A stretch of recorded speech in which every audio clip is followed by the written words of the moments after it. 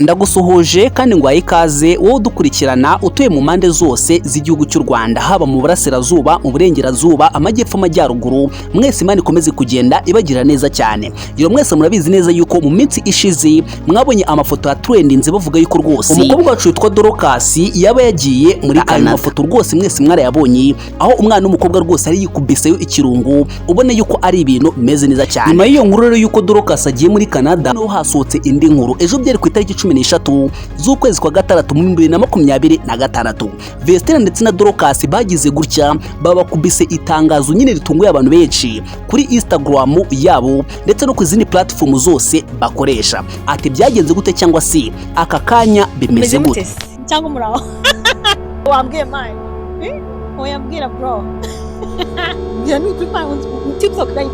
Ngiro mwese murabizi neza yuko rero ubundi Vestine ndetse na Dorcas ni bamwe mu bakobwa dukunda cyane hano mu gihugu cyacu cy'u Rwanda. Ubaye utabakunda rwose ubwo abudakunda indirimbo zo kuramya ndetse no guhimbaza Imana. Bano bakobwa rero ejo nk'uko nabikubwiye ku itariki 13 z'ukwezi kwa gatandatu muri uyu mwaka batangaje yuko nyine imikoranire cyangwa se amasezerano bari bafitanye na AMI Music bamaze kuyarangiza cyangwa se nyuma makeya bamaze kuyasubika. Abantu benshi nyine batangiye kubaza bati si byagenze gute, habaye iki, ese no kubera iki nyine amasezerano bari bafitanye bamaze kuyasubika. Abenshi bari kubaza bati se no ko wenda M Empire nyine M Irene yabagiye gukora ubukwe, ese no kubera yuko nyine wenda yabagiye kujya muri situation nyinshi z'ubukwe ugasanga ari mpamvu nyine afashe decision yo kubahagarika amasezerano. Abandi bakagira bati se no ko yabagiye gushaka umugore, inshingano zigiye kwiyongera nyine mu makeya, agiye guhindura imikorere cyangwa se agiye gusubika imikorere bari bafitanye. Ibyo byose nibyo abantu bari kwibaza. Abandi rero bari kwibaza bati se ni iki Vestine ndetse na Dorcas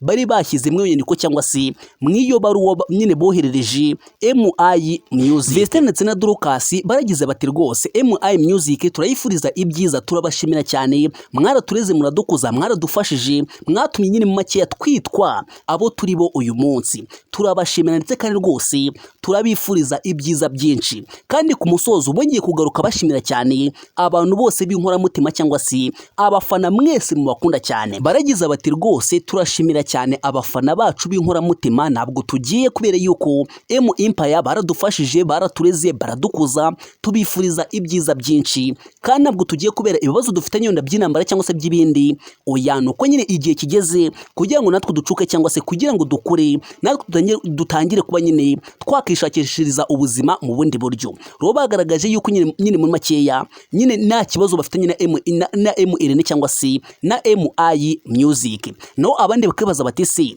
M Empire yabagiye gushaka abandi banaza supportinga cyangwa se yabagiye gushaka abandi banazamura. Abandi bakagira bati rwose nibyo birakwiye yuko nyine niba umwana umureze cyangwa se niba umwana nyine umukuye hasi biba ari byiza cyane nyine yuko yacuka cyangwa se yuko nawe nyine yagiye gushakisha ubuzima kugira ngo abone strogo cyangwa se makeya abone intambara nyine ubara mu Rwanda cyangwa se ibyo waracemo kugira ngo agere nyine aho ari uyu munsi. Nyamuneka rwose abantu mwese muri kubaza muti se niki cyabaye kuri M Irene ndetse n'abantu bakobwa. Abandi bakibaza bati se baba barashwanye, ese nyine byaba byaragenze gute kugira ngo batandukane. Amakuru hari nuko nyine aka kanya bano bakobwa ndetse na M Irene bo nyine baricaye babigana nyine bafata umwanzuro ndetse kandi rwose ukweye. Ro aka kanya tuvugana uwitwa Vestine ndetse na Dorcas bakaba bari kubarizwa muri Canada.